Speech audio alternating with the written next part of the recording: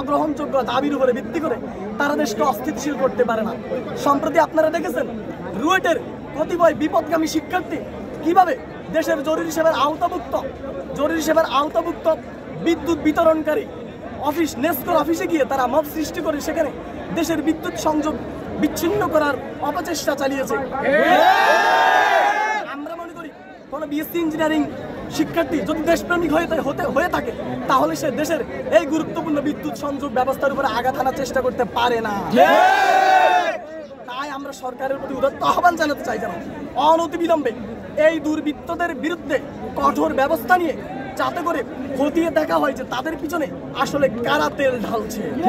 আমাদের ঢাকায় একটা শান্তিপূর্ণ স্মারকলিপি প্রদান একটা অনুষ্ঠান ছিল, আমাদের কর্মসূচি ছিল, কিন্তু দুঃখের বিষয় আমরা দেখতেছি যে পুলিশ পিছন দিক থেকে এসে আমাদের সেই সুশৃঙ্খলভাবে স্মারকলিপি প্রদান যে আমাদের কর্মসূচিতে ছিল সেই কর্মসূচিতে তারা লাঠিচার্জ করছে এবং আমাদের 25 জন ডিপ্লোমা ইন ইঞ্জিনিয়ারিং ভাইদেরকে গ্রেপ্তার করছে।